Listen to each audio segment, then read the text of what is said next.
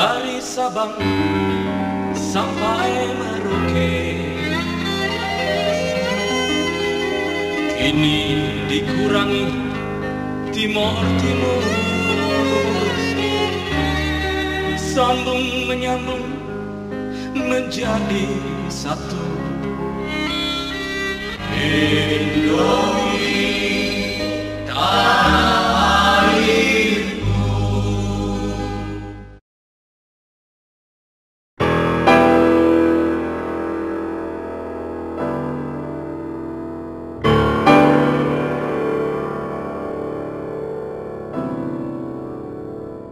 Maka siapakah yang tak tergoda?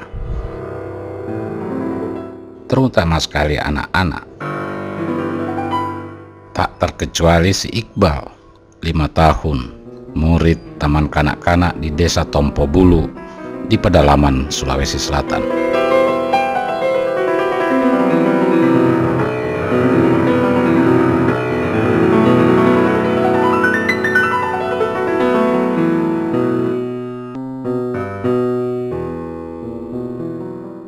Anak ini bisa tahan tidak makan makanan pokok, nasi dan lauk pauk selama berhari-hari hanya gara-gara karena dia doyan sekali makan makanan siap santap atau instan seperti kue kering atau kerupuk, garopo sampai 2-3 kali sehari. Sama seperti anak-anak lain sebayanya di sana.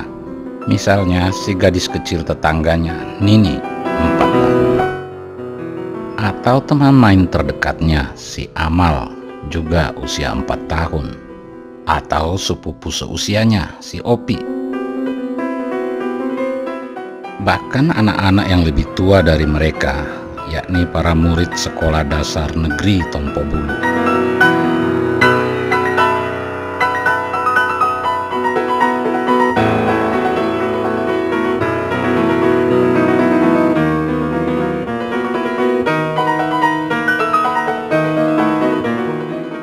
Tentu saja mereka merasa demikian, karena memang nyaris tidak ada penjelasan yang memadai kepada anak-anak ini tentang apa yang mereka makan sebenarnya setiap hari. Sementara semua kemasan makanan siap santap yang mereka lahap setiap hari itu juga hanya mencantumkan keterangan asal-asalan saja. Ini hanya salah satu contohnya. Kandungan utama dan terbesar dari semua makanan tersebut adalah tepung karbohidrat, zat yang jelas-jelas mengenyangkan. Sementara kandungan gula dan garamnya adalah zat berkalori tinggi yang meningkatkan daya tahan lapar.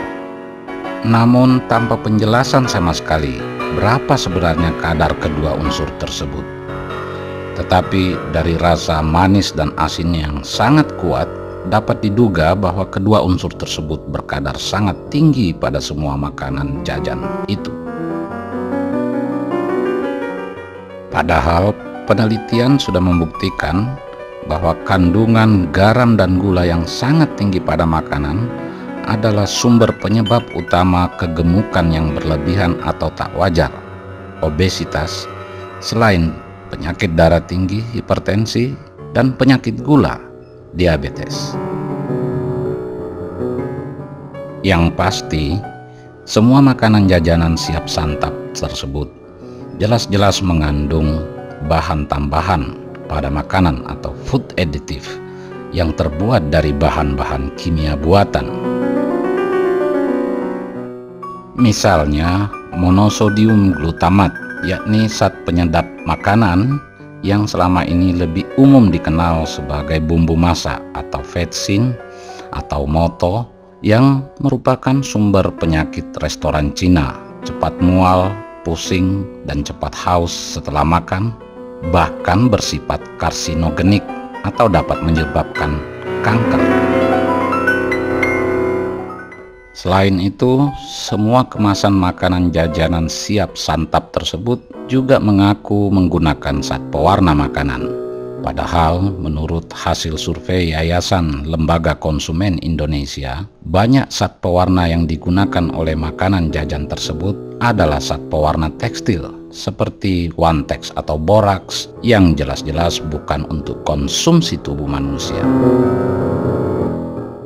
Belum lagi zat perasa atau pengawet yang menurut survei Yayasan Lembaga Konsumen Indonesia juga umumnya banyak menggunakan zat kimia berbahaya seperti asam benzoat atau bahkan formalin.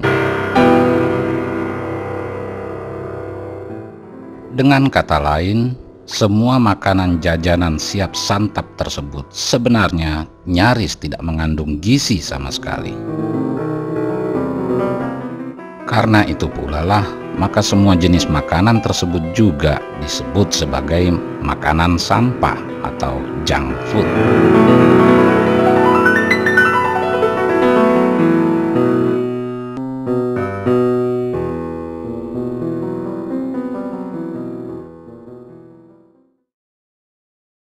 Dan makanan sampah sejenis itulah yang disantap lahap oleh ratusan anak-anak setiap harinya di Tompo Bulu.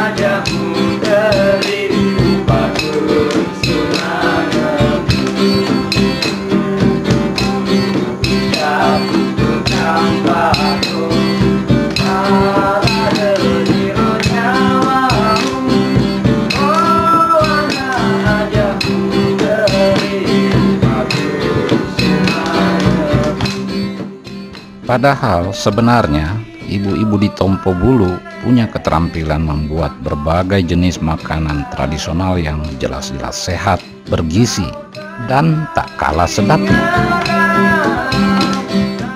Apalagi bahan bakunya memang tersedia melimpah di desa ini. Mulai dari berbagai jenis zat penyedap, perasa, dan pewarna alamiah yang sangat segar, sampai ke berbagai jenis buah yang mengandung berbagai jenis aroma dan rasa.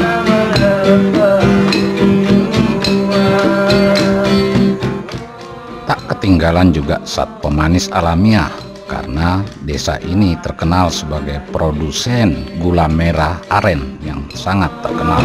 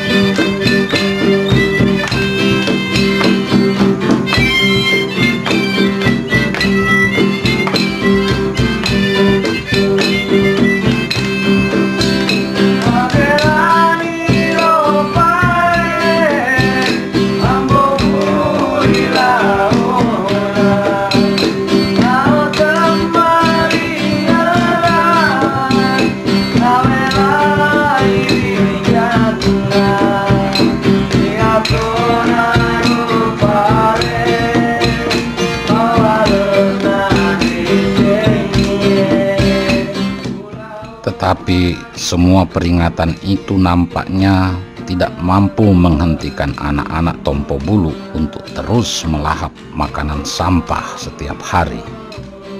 Masalahnya karena mereka memang dengan mudah sekali dapat membelinya dari para penjajah keliling atau di 13 warung dan kios yang tersebar di hampir semua penjuru pusat desa ini yang hanya dihuni oleh hanya sekitar 150 rumah saja.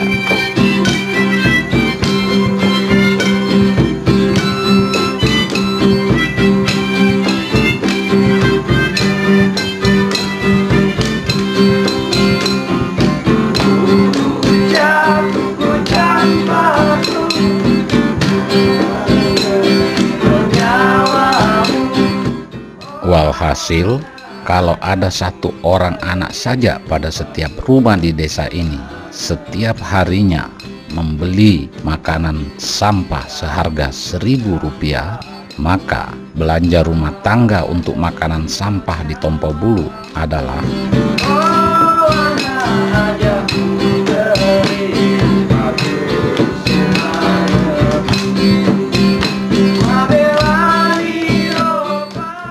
dan itu berarti adalah 2,14% dari total produk domestik bruto atau pendapatan kotor Desa Tompobulu sebesar 2,1 miliar pada tahun 2005.